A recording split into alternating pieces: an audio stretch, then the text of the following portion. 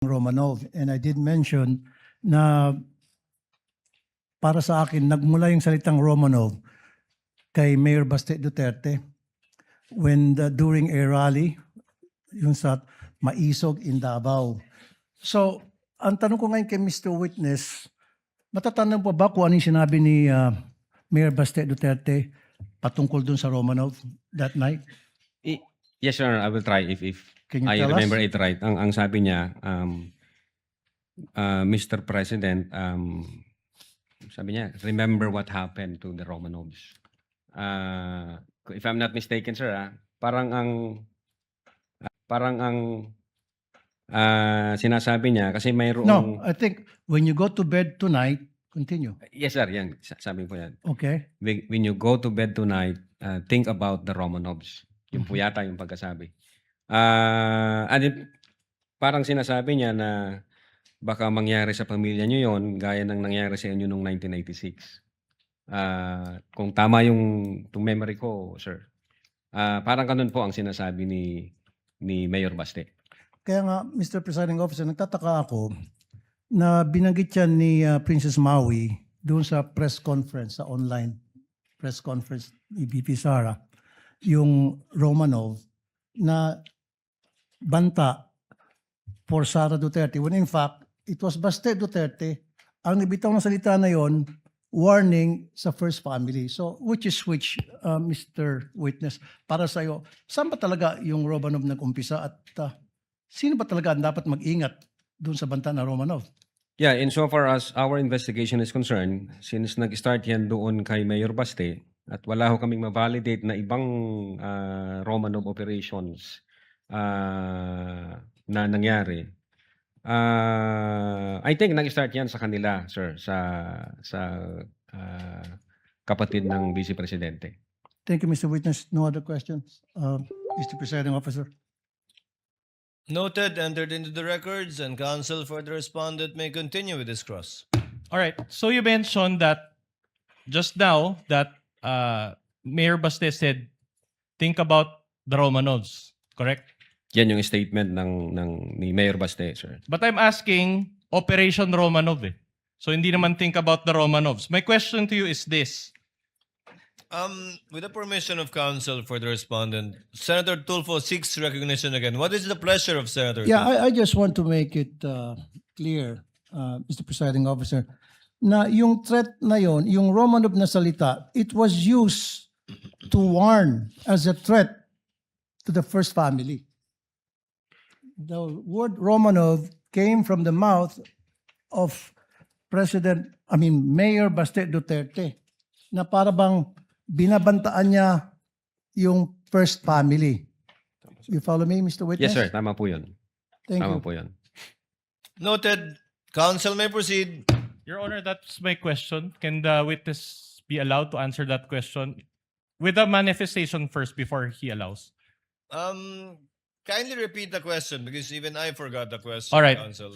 You mentioned that Mayor Baste said that statement, think about the Romanovs, etc. Yes, sir. But he did not mention Operation Romanov. It was Princess Maui who mentioned the word Operation Romanov. And I know you don't have, I personally don't have any knowledge about what Mayor Baste said, and that is not the subject of this case. Let's just stick to the facts of this case. Okay? In the video, it was Princess Maui who said Operation Romanov. All right? Now, will you agree with me that based on that question, there was also a threat against VP Sara and her family? That's the question. According to the question, sir, yes. All right. Now, you mentioned yesterday that you can motu proprio investigate threats against the Vice President. Under the law, sir, yes. All right. My next question is very simple. Did you conduct a separate investigation on Operation Romanov? Well, since ang focus ng operations namin, sir, is cybercrime investigation, I think ang makakasagot niyan yung intelligence service namin, sir. Insofar as the cybercrime division is concerned, ang focus namin, crimes committed by, through, and with the use of information and communication technology. As to the fact whether or not may Operation Romanov, ang makakasagot po niyan either yung yung intelligence service o yung director ho namin, sir. So insofar as you are concerned, there is no ongoing investigation on Operation Romanov. Again, ang focus ho ng investigation namin doon sa grave threat and then inciting to sedition against the Vice President insofar as the existence of whether or not may Operation Romanov. Siguro makakasagot niyan, sir, yung intelligence service, yung director ho namin. All right. So no. At any rate, are you aware of any if the Vice President was the target of unauthorized intelligence or surveillance operations? I'm not aware, sir. All right. With the permission of counsel, Chair will recognize Senator Judge Pangilinan, thereafter Senator Judge Erwin Tulfo. Just one or two quick questions. You may proceed, sir. On the issue of Princess Maui Opo. and itong investigasyon na sinasabing inimbestigahan ba yung threat against the Vice President. Kung hypothetically dumating si Princess Maui at nagpaliwanag tungkol sa Operation Romanov at sinabi niya ang detalye, Yes, sir. kikilos ba ang Definitely, cybercrime? sir. Definitely. Ano ang gagawin ninyo kung nakuha ninyo yung ganong klaseng impormasyon? We will validate the information first, sir. Ang problema, sabi nga ninyo kanina, hindi nga humarap. Opo, sir. But as in any other case, kung may humarap at pinag-usapan at sinabi ganito yung threat, what is the standard operating procedure of the NBI? We validate first the information, sir. And then pag confirm na, then we will start case build-up, sir. Thank you. Dyan. Thank you. Senator Judge Erwin Tulfo. What is your pleasure, sir? My question to the witness here. Yes, Your Honor. Yung Romanov plot, well, aside from what Senator Judge Tulfo said, that came from Baste, but I picked it up doon sa video na pinalabas kanina ng defense, Yes, Your Honor. yung Romanov plot versus Sara, according to Princess Maui. Did you take that information seriously or not? Yes, Your Honor. That's the reason why nung marinig namin o makita namin yung question ni Princess Maui about the Romanov, we conducted an open source investigation. Tinignan ho namin baka meron. Yun nga, ang nakita namin yung January 2024 during Maisog Rally, if I'm not mistaken, na yung the word Romanov, ang nagbigkas ho nun si Mayor Baste, Your Honor. All right. So, yung statement ni Princess Maui sa video, how do you rate that info? Sa inyo po sa NBI, sa mga intelligence agencies, yung mga informations po ninyo, may rating. Tama po ba? Correct me if I'm wrong here, Mr. Witness. For example, pag yung information po ninyo, pag yung information po na natanggap ninyo, ay may mga rating po. A1, completely reliable. A2, completely reliable information, probably true. B1, usually reliable source, information confirmed. B2, usually reliable information, probably true, but needs validation.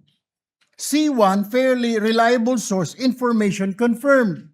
C2, fairly reliable source, information needs validation. D to F, source is doubtful, unreliable, or reliability cannot be assessed. So, saan yun nilagay yung sinabi ni Princess Maui? Saan dito sa classification po na ito ng source of information? Is it A1, A2, B1, B2, C1 hanggang DF? Saan po? Kasi po ngayon, sir, napakarami na po mga impormasyon ng mga fake news. Opo, sir.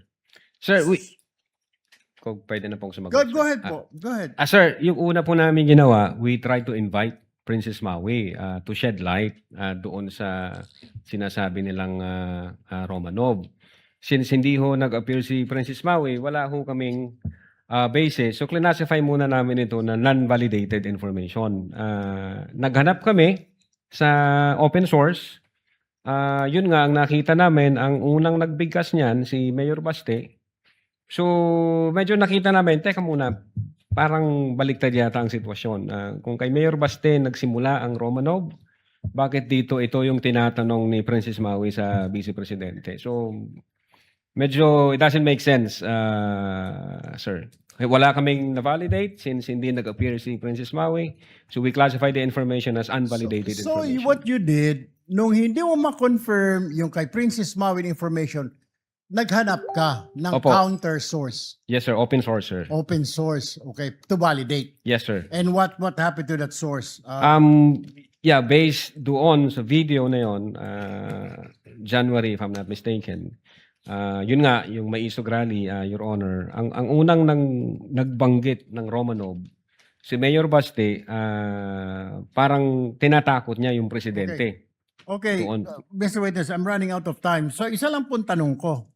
So yung information po ni Princess Maui dun sa video, yung sinabi niya kay BP, eh hindi po reliable. Hindi reliable insofar as the Cybercrime Division is concerned, Thank sir. you, Mr. Presiding Officer. The interventions of the Senator Judge are noted. What is the pleasure of Senator Judge Villanueva? Thank you, Mr. Presiding Officer, Mr. President. Just a very quick question on this particular topic, and I will no Gentleman may longer. proceed. Thank you, Mr. President. I will no longer dwell on the Operation Romanov, despite the fact that thank you to Senator Judge Rafi Tulfo who told me that about the dates, and I will not even mention or tackle the conditional threat. But I was looking at this NBI letter dated 2nd of December 2024, marked as Annex I. This is prosecution's P4-5 exhibit.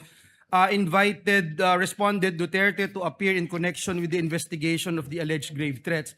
Mr. Witness, nakasaad din po dito sa sulat na iniimbestigahan ng NBI yung mga banta laban sa kanya at makakatulong po dito ang kanyang pagharap sa investigation. Tama po ba ito, Atty. Yes po, Your Honor. Tama po yan. Dahil po hindi personal na pumunta ang ating Vice Presidente, ano po yung naging epekto nito sa investigasyon ninyo sa mga banta laban sa kanyang buhay? Gusto ko lang malaman, ipinagpatuloy nyo po ba ang investigasyon ng NBI? What is now the status of this investigation? Yes, sir. Since yung second letter ng Vice President through her lawyer, may sinasabi doon na may threat sa life 6 months ago pa. So, nung trinay naming i-check yun, Your Honor, ang nakita lang naming relevant information as to the security, yung pagbabawas ho ng 75 PNP personnel from BPSPG, if I'm not mistaken. And then, I think transfer ho yata yung mga personnel na yan sa Manila.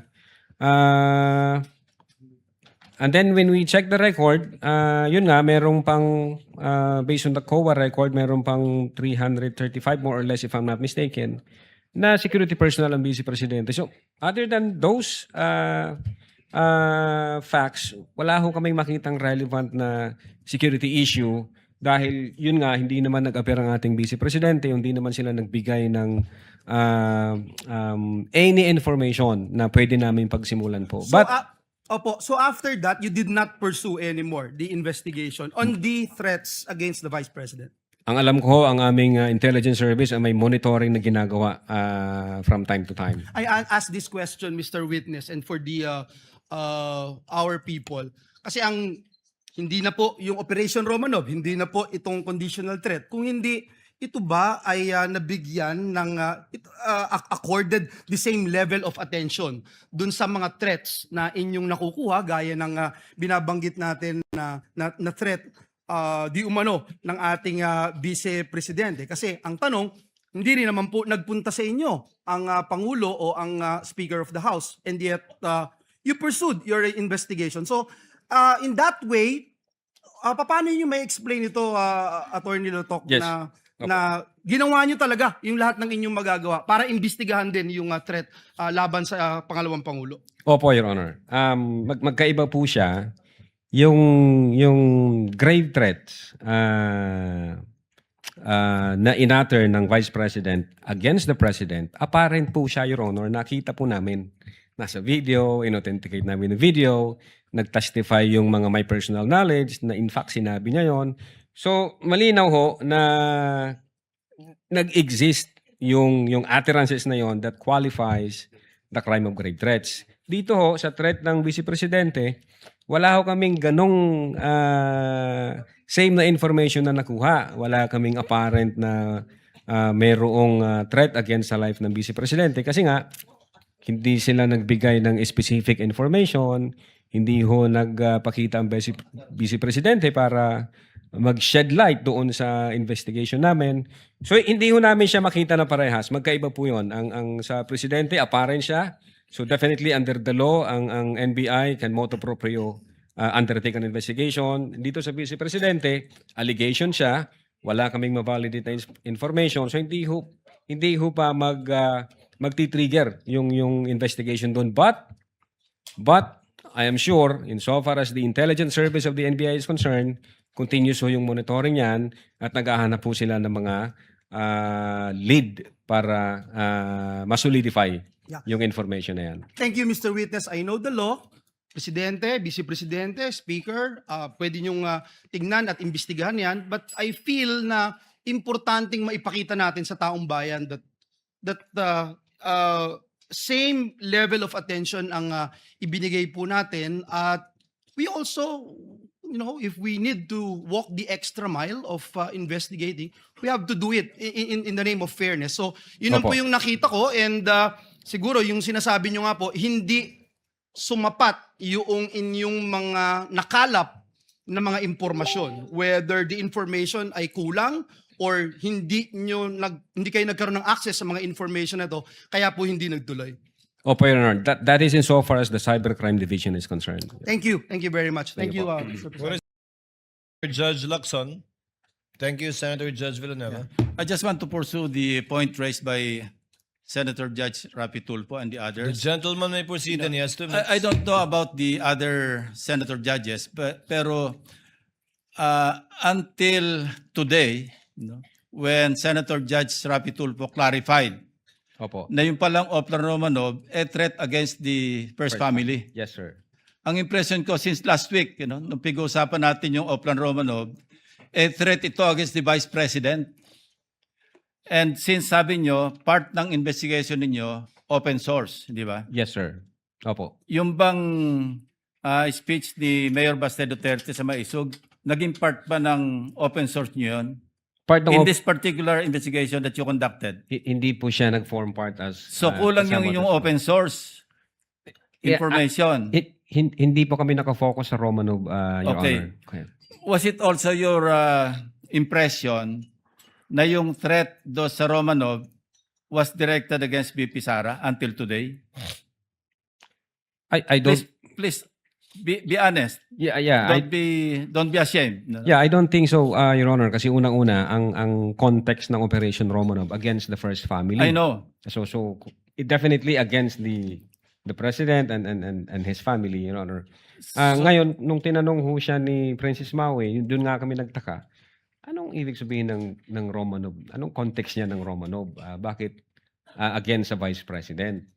Hindi naman sila yung first family. So, yan yung reason po, Your Honor, kung bakit we try to invite Princess Maui na shed us some light para makita namin ano bang ibig mong sabihin doon. Ano ba yung pwede naming i-validate na information para makapag-case build-up kami pag meron. Yes. So bakit hindi naging part ng investigation nyo do sa threat against the life of the President and the First Lady? Kasi family yung binabanggit ni Mayor Basten, di ba? Hindi kasama yung si Speaker Romualdez, hindi kasama yung Chief Justice. Opo. Di ba? Yes, sir. Pero threat against the family, the first family, Yes, sir.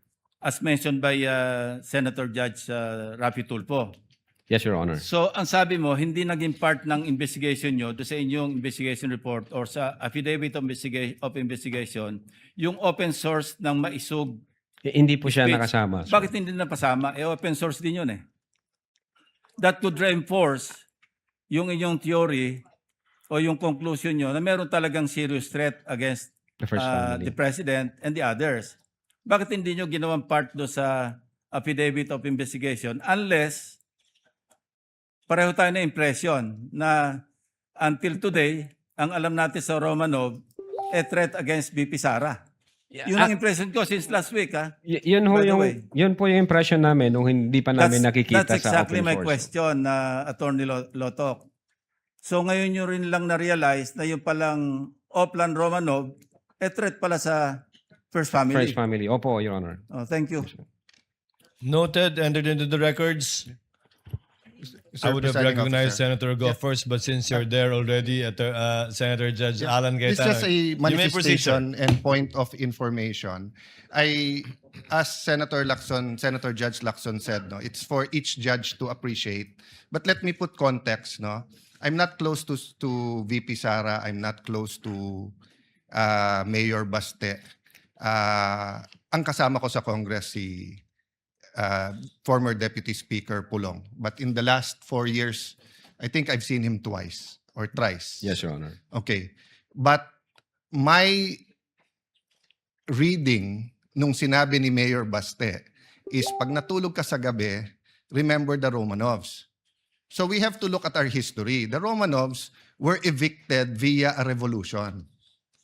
'Di ba? So Mayor Baste was doing a parallel ng 1986 na paalis yung mga Marcoses via a revolution.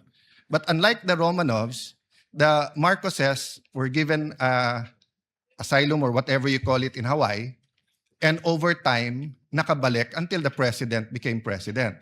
Ang Romanovs, inubos sila para nga hindi balik.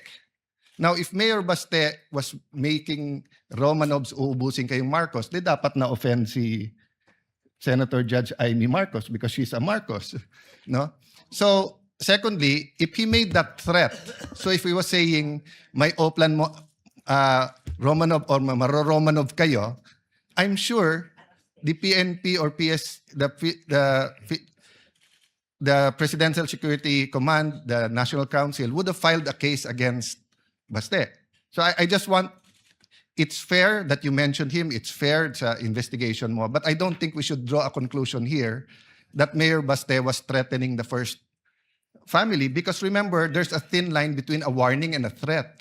So pag sinabi ko sa iyo ngayon, witness, pareho tayong abogado, kompanyero, pareho tayong taga-Ateneo, mag-ingat ka sa sasabihin mo. That could be a fair warning. That could be not a threat, di ba?